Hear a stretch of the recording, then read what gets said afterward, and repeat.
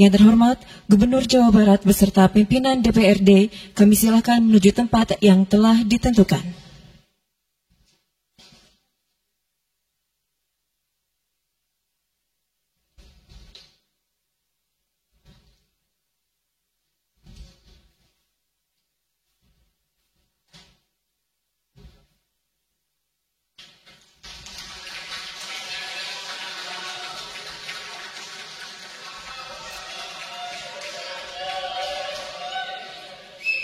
Penanda tanganan persetujuan bersama.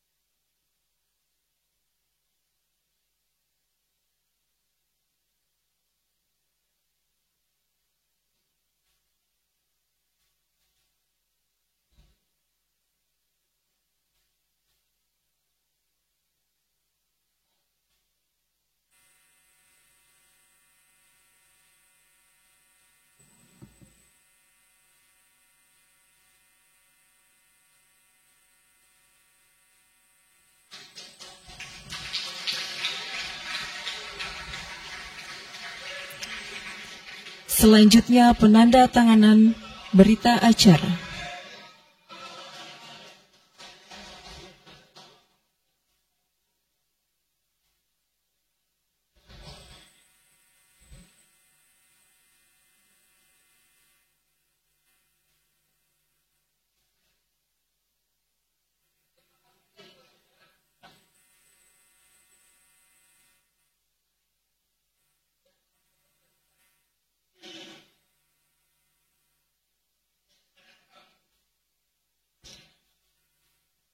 Selanjutnya penyerahan hasil rekomendasi LKPJ dari Ketua DPRD kepada Gubernur Jawa Barat disaksikan oleh para wakil Ketua DPRD.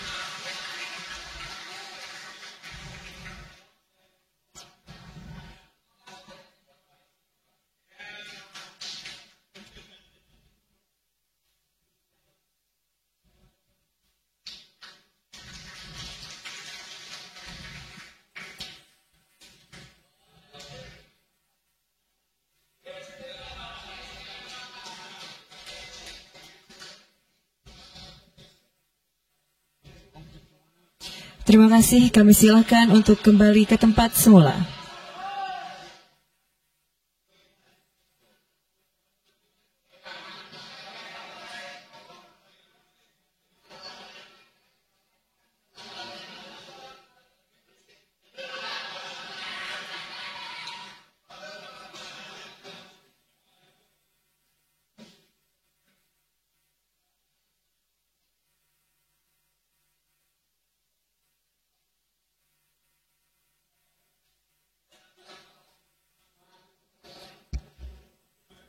Rapat Paripurna DPRD yang kami hormati, demikian telah kita ikuti bersama rangkaian penyampaian keputusan DPRD. Acara selanjutnya adalah pendapat akhir Gubernur Jawa Barat terhadap Ranperda tentang investasi dan kemudahan berusaha, kemudian dilanjutkan dengan penyampaian sambutan Gubernur. Kami persilakan.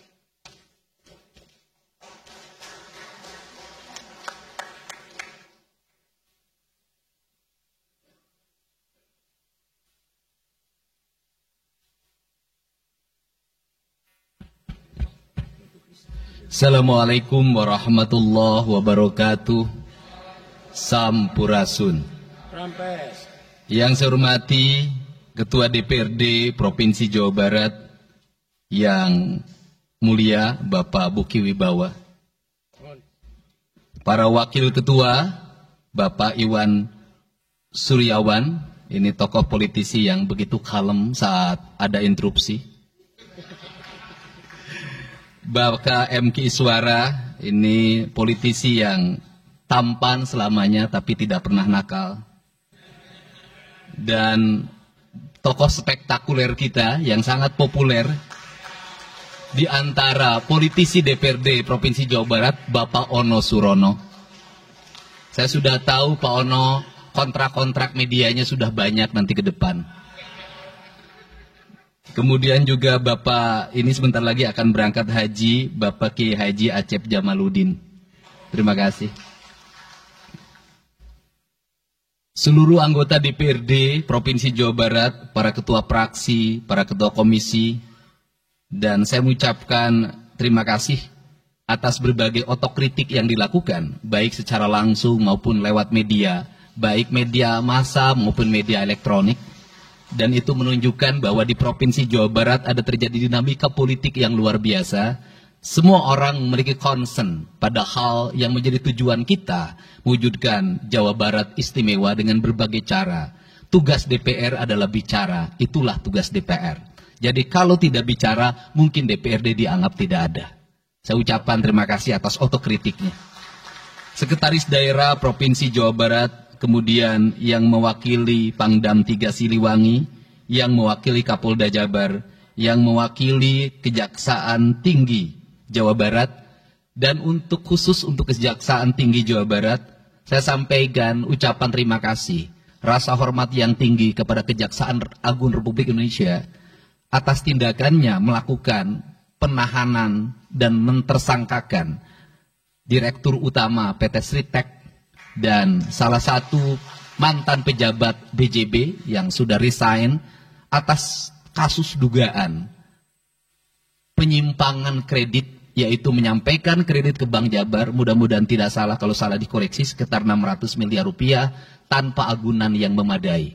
Dan ini langkah taktis, dan pemerintah Provinsi Jawa Barat melalui RUPS-nya sudah melakukan koreksi dan perubahan secara total sehingga peristiwa ini tidak akan mempengaruhi kinerja BJB. Saya ucapkan terima kasih. Dan semoga peristiwa ini tidak terjadi lagi di masa yang akan datang. Kemudian yang hormati para staf ahli, para asisten, para kepala perangkat daerah Provinsi Jawa Barat. Yang pertama, forum ini adalah forum kebahagiaan. Ada yang berbahagia hari ini, yaitu seluruh warga Jawa Barat, di mana kita bisa menyelesaikan dua agenda, yaitu agenda pengesahan raperda tentang investasi dan agenda tentang pengesahan hasil dari LKPJ. Seluruh rakyat Jawa Barat bergembira karena rencana kita dalam melaksanakan pembangunan akan berjalan dengan cepat. Tetapi barangkali para media sangat kecewa. Karena hari ini tidak kejutan-kejutan lagi sehingga viewernya mungkin agak menurun hari ini. Tetapi kita harus berkorban demi kepentingan rakyat Jawa Barat. Kita kesampingkan viewer, kita kesampingkan komen, kita utamakan kepentingan rakyat Jawa Barat. Sebenarnya konsep pidatonya sudah ada, tetapi saya mencoba menyatukannya. Yang pertama adalah bahwa kita bicara tadi tentang berbagai rekomendasi. Dan rekomendasi itu juga termasuk di dalamnya disahkannya raperda tentang investasi yang sebentar lagi menjadi perda. Apa sih yang menjadi rekomendasi? Rekomendasi pertama adalah angka kemiskinan yang masih tinggi di Jawa Barat. Tetapi saya usul pada Pak Ketua, ke depan kalau LKPJ sebaiknya para bupati wali kota diundang di seluruh Jawa Barat. Karena Jawa Barat itu pertanggungjawabannya bukan di OPD Jawa Barat. Tetapi seluruh kinerja pembangunan itu ada di Pemkab dan Pemkot, serta ada di pemerintah desa. Jawa Barat tidak memiliki rakyat yang terkelola secara langsung karena seluruh pengelolaannya ada di pemerintah kabupaten kota dan pemerintahan desa. Dan saya mohon nanti dipaparkan kemiskinan yang paling tinggi dalam perspektif BPS, dalam perspektif LKPJ dan analisisnya itu di kabupaten mana, bila perlu sampai di desa mana. Kemudian angka investasi tertinggi di kabupaten mana, angka investasi terendah di kabupaten mana, infrastruktur yang berproblem di kabupaten di mana, sehingga semuanya terpetakan dengan baik, sehingga nanti kita bisa mengorkestrasi antara pembangunan Provinsi Jawa Barat, pembangunan kabupaten kota, dan pembangunan desa secara bersama-sama dan berkeadilan. Kemudian yang kedua, bahwa investasi ini menjadi aspek yang utama dalam kinerja pembangunan Provinsi Jawa Barat hari ini. Kenapa? Karena satu, angka kemiskinan kita masih tinggi. Kemudian angka kemiskinan yang tinggi di Indonesia sebenarnya juga dipengaruhi oleh jumlah penduduk yang tinggi. Sehingga persentase kecil menurut Jawa Barat, tetapi menurut nasional menjadi besar. Keberhasilan Indonesia sangat tergantung terhadap kinerja pemerintah Provinsi Jawa Barat, pemerintah kabupaten kota, dan pemerintahan desa.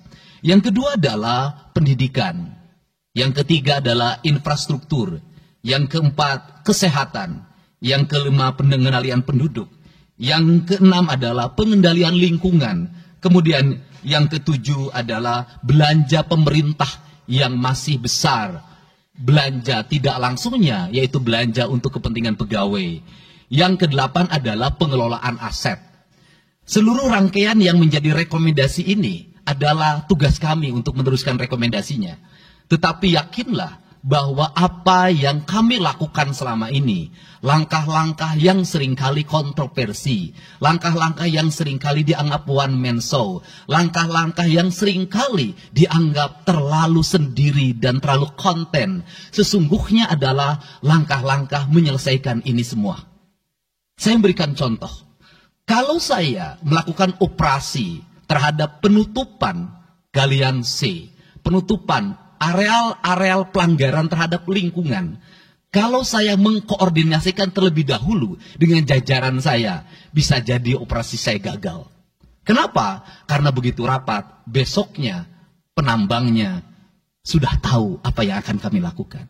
Sehingga kejutan-kejutan itu dilakukan untuk memberikan efek kejut. Dari efek kejut itu melahirkan viral. Dari viral itu melahirkan atensi. Yang pada akhirnya hari ini Jawa Barat seluruh penambangan liar bisa diselesaikan secara hukum dan Kapolda memberi atensi yang sangat tinggi. Hari ini Jaksa Agung memberikan perintah kepada Kejaksaan Tinggi untuk melakukan proses pidana bagi siapapun yang melakukan pelanggaran lingkungan dan memberikan kerugian bagi kepentingan masyarakat. Yang kedua, saya sampaikan juga mengenai bagaimana melakukan penanganan terhadap berbagai problem lingkungan yang terjadi. Nilai tukar petani yang menurun. Kemudian musibah bencana alam yang tidak berhenti. Perlu kami sampaikan bahwa Gubernur Jawa Barat sudah mengeluarkan peraturan gubernur yang melarang alih fungsi lahan, yaitu larangan alih fungsi hutan, larangan alih fungsi areal perkebunan, larangan alih fungsi sumber-sumber pengairan, larangan air fungsi daerah airan sungai, dan larangan alih fungsi pesawahan. Yang itu harus segera ditindaklanjuti oleh kabupaten kota dengan melakukan evaluasi tata ruang secara menyeluruh. Karena inilah jalan yang terbaik apabila kita ingin melakukan perubahan lingkungan di Jawa Barat. Kemudian, masih bicara kemiskinan hubungannya dengan pendidikan. Saya sampaikan bahwa problem kita saat ini, saat pemerintah menggratiskan sekolah sampai SMA, swasta masih bayar. Maka gratis itu tidak punya makna. Saya tadi di jalan itu bertemu dengan orangnya menangis di depan saya karena seragamnya tidak bisa terbayar. Saya katakan harga seragam berapa? 1,5 juta. Saya balik, jajan anak ibu berapa? Sehari 20.000. Apa sih yang terjadi? Yang harus diperbaiki bukan hanya pemerintah, tapi juga masyarakat harus diperbaiki. Apa yang harus diperbaiki? Ke sekolahnya harus selalu gratis, tapi biaya konsumsi anaknya selalu diikuti. Apa artinya gratis? kalau bekal ke sekolah 50.000 per hari. Negara mengeluarkan biaya, tapi orang tua mengeluarkan biaya. Maka kami sudah mengeluarkan surat edaran. Yang surat edaran itu sesungguhnya sebagai upaya sistematik dan menyeluruh sampai tingkat pendidikan dasar, walaupun itu bukan kewenangan gubernur. Tetapi dari sisi surat edaran gubernur bisa dijadikan landasan bagi para bupati dan wali kota membuat surat edaran yang sama. Apa sesungguhnya yang menjadi alam pikiran saya? Alam pikiran saya, kemiskinan terjadi bukan hanya pada persoalan menurunnya pendapatan, tetapi kemiskinan terjadi yang paling besar adalah karena meningkatnya biaya hidup. Biaya hidup yang tinggi misalnya di sekolah, biaya studi tour, biaya perpisahan, biaya outing kelas, dan berbagai biaya wisudaan, itu adalah biaya yang tinggi dalam pendidikan. Untuk itu, apa yang dilakukan oleh orang tua ketika membelanjakan untuk kepentingan itu? Mereka pinjam bank emok, mereka pinjam bank keliling, mereka pinjam bank pinjol, mereka pinjam NBK, dan mereka pinjam bank Pancasila.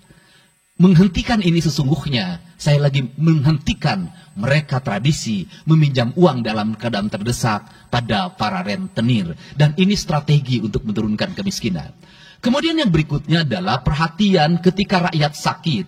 Maka pemerintah harus cepat hadir menangani. Kenapa? Karena orang bisa jatuh miskin ke dalam jurang yang lebih dalam. Manakala dia sakit tidak ada yang mengobati, BPJS-nya tidak mampu mengcover, biaya untuk ngontrak selama dirawat di Hasan Sadikin tidak punya, biaya untuk makan untuk keseharian tidak ada, sedangkan tulang punggungnya berhenti karena sakit. Ini juga menyebabkan kemiskinan.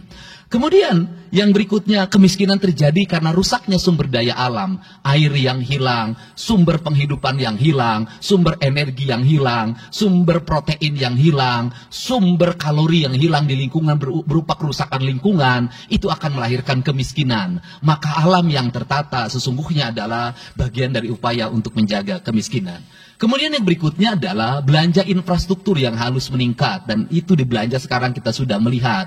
Itu adalah bagian dari menyelesaikan problem kemiskinan. Konektivitas infrastruktur sangat penting dalam menumbuhkan ekonomi. Tetapi di balik itu kebudayaan rakyat tidak boleh diberubah. Kenapa? Infrastruktur baik bisa jadi tanahnya dijual karena mahal. Pada akhirnya menjadi miskin kembali. Infrastruktur harus seiring dan sejalan dengan kerangka berpikir publik yang mengerti akan hak atas tanah. Kemudian yang berikutnya adalah pengendalian penduduk.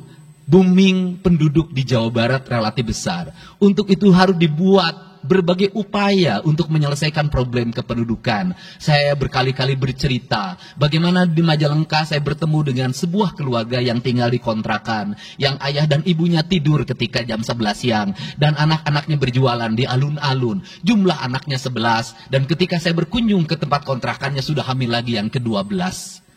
Ini problem. Dan itu saya kemudian di Cirebon, saya berkunjung pada sebuah rumah yang listriknya baru dinyalakan lewat program Provinsi Jawa Barat.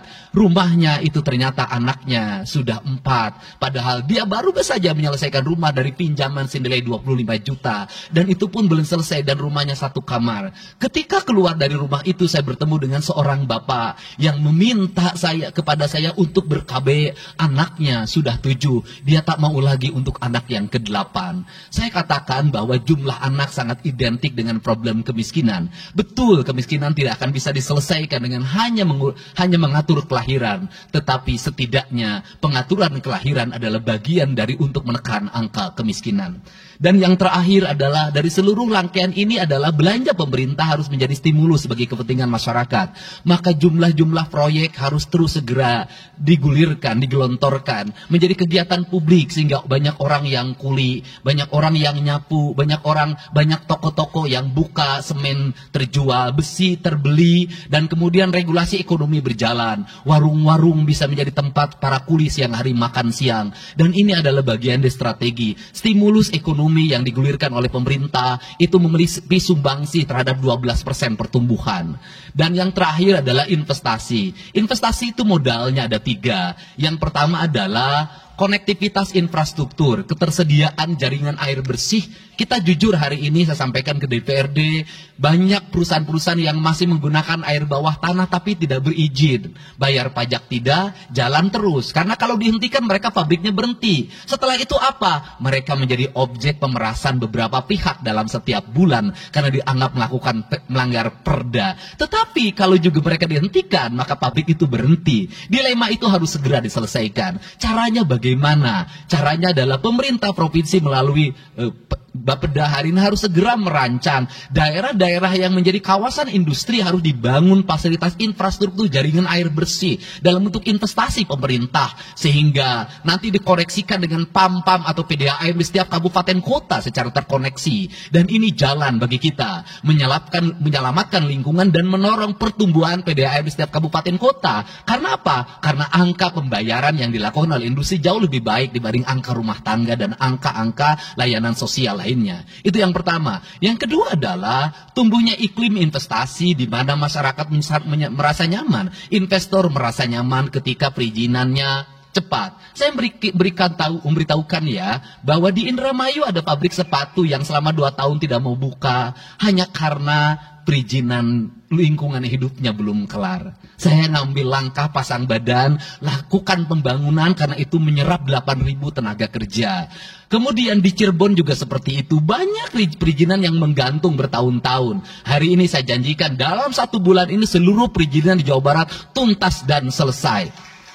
Dan saya meminta kepala BPM TSP menjadi VR pemerintah Provinsi Jawa Barat untuk senantiasa tiap hari melihat data dan dokumen di setiap kabupaten kota. Mana yang terlambat, mana yang mengalami hambatan. Kemudian yang berikutnya adalah kenyamanan dalam berusaha. Kenyamanan dalam berusaha adalah keterangan para investor dan lingkungan masyarakat terhadap berbagai aksi gangguan dari orang yang mengatasnamakan diri preman. Untuk itu hari ini kita cukup bersyukur di Jawa Barat, peristiwa ini sudah hampir tidak ada. Kapolda kalau dengar ada preman, hari ini turun termasuk ke Garut, dengar ada preman, Kapolda turun. Ini semua stakeholder sudah bergerak dengan baik, layanan investasi sudah berjalan dengan baik. Tinggal satu lagi, hambatan investasi adalah masyarakat menaikkan harga tanahnya luar biasa. Kasus BYD, kenapa mengalami hambatan sekitar 20 hektar, masih belum terbebaskan. Karena rakyatnya hari ini meminta 3 juta rupiah per meter. Padahal di situ dulu 150.000, itu pun jarang yang beli. Ini problem kita. Apa peran gubernur saya sampaikan? Peran gubernur bukan hanya mendorong bagaimana investasi berjalan melalui mekanisme administratif. Saya sampai turun untuk mijitin orang yang jual agar mau jual. Dan sudah ada beberapa yang berhasil saya rayu, saya dekati dengan harga. Itu pun tidak terlalu rendah, harganya 1,1 juta. Itu sudah paling murah. Ini yang terjadi di Jawa Barat hari ini. Tidak mudah mengelola sebuah wilayah yang begitu luas. Tidak mudah mengelola sebuah daerah yang kabupaten kotanya sudah otonom. Diperlukan pendekatan-pendekatan seorang ayah pada anak-anaknya. Sehingga hari ini saya di Provinsi Jawa Barat, saya tidak memposisikan gubernur. Saya kadang memposisikan menjadi ketua RT. Saya kadang memposisikan menjadi ketua RW. Saya kadang memposisikan menjadi kepala desa. Kenapa? Karena warga ini perlu disentuh dengan pendekatan emosional. Pendekatan emosional yang kebapaan, bukan pendekatan struktural. Untuk itu saya yakin bahwa forum ini adalah forum kebahagiaan bagi kita semua. Kita sudah bisa menyelesaikan 2 agenda besar. Semoga ini menjadi kado terindah bagi masyarakat Jawa Barat. Insya Allah kami akan menjalankan pemerintahan dengan baik. Apa yang kami susun, apa yang kami rancang, dan apa yang kami kerjakan adalah semuanya kami dedikasikan untuk kepentingan masyarakat Jawa Barat. Yang terakhir kami sampaikan juga bahwa kami kemarin sudah melapas 273 anak-anak yang mengikuti pendidikan di Dodi Krindam 3 Siliwangi. Hasilnya bisa dilihat secara terbuka di berbagai tayangan. Air mata tidak akan bisa membohongi kejujuran rakyat dan anak-anak itu. Dan saya sampaikan, hari ini ada 13 orang anak yang tinggal di rumah dinas gubernur. Pada saat yang lain orang tuanya datang menjemputnya, dia menangis. tak ada satupun orang tuanya yang datang. Seorang menjadi anak yang terbuang. Dan akhirnya saya memutuskan mereka untuk sekolah di Bandung dan tinggal bersama Gubernur Jawa Barat. Ini cara kita menyelesaikan. Saya ucapkan terima kasih pada semuanya. Semoga kebahagiaan menyertai kita semua. Dan saya yakin setelah kegiatan ini kita akan walkout secara bersama-sama. Wallahu muwaffiq ila aqwamit thoriq. Assalamualaikum warahmatullahi wabarakatuh. Sampurasun. Sekali merdeka tetap walk out secara bersama-sama.